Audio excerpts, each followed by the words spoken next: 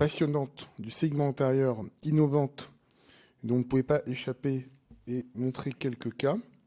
Et donc l'Antérion est une nouvelle machine magique que vous verrez sur le stand Sanotech dès ce soir ou dès demain matin, qui est le premier appareil subsource qui me permet de faire une imagerie segmentaire avec des applications multiples, et en particulier la confusion entre maintenant l'appareil qui va nous faire du calcul d'un plan, longueur axiale, des topographies d'élévation de la cornée postérieure antérieure, des analyses de l'angle, et donc il vient un peu phagocyter l'UBM. Vous avez toute cette arcade d'imagerie qu'il va falloir s'habituer à faire avec le même appareil, l'OCT Subsource Antérion et multimodal en segment antérieur, c'est assez magique. Et donc quelques images pour vous montrer que dorénavant, avec ces OCT de segment antérieur, on fait de l'anatomie jusqu'à la capsule postérieure. On ne voit pas encore complètement le corps ciliaire, mais on va y arriver.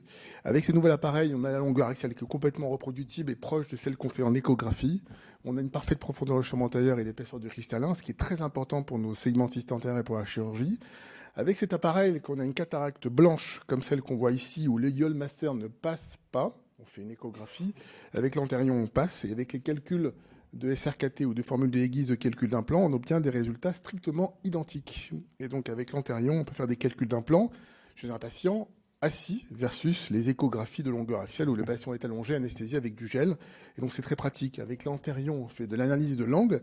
Ça, c'était le HRA Spectralis avec un aspect manuel qui est un peu plus laborieux.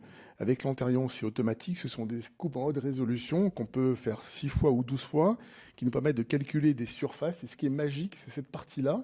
On a une cartographie de la zone d'ouverture de l'angle sur 360 degrés.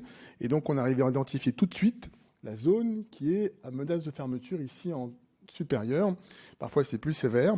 Et dans ces cas-là, on arrive à mesurer les différences entre les angles ouverts et les angles fermés. On ne va pas comparer l'antérion à l'UBM, mais l'image est beaucoup plus de résolution fine. On va aussi dire que dans les cartographies d'UBM, on fait 4 mesures, en général 4-5 mesures. Avec l'antérion, on en fera à l'infini, puisqu'on peut faire une cartographie sur 360 degrés. Et tout de suite, encore une fois, on a nos zones de fermeture, les zones où on pense qu'il y a une IP à faire ou une menace de fermeture d'angle. Pour le segment antérieur, c'est magique. Quelques images que j'ai récupérées à droite et à gauche, puisqu'on a utilisé l'appareil aussi au cabinet. Images d'un noyau embryonnaire clair. Quelques images d'une cataracte congénitale, des images que je n'avais jamais vues auparavant.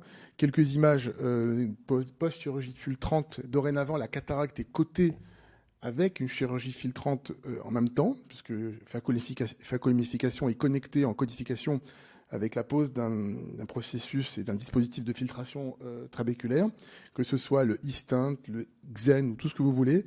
Ce sont des dispositifs qu'on verra très très bien en gonioscopie, en lampaforme, mais qu'on verra encore mieux sur un examen en subsource et prouver qu'on l'a bien posé au bon endroit.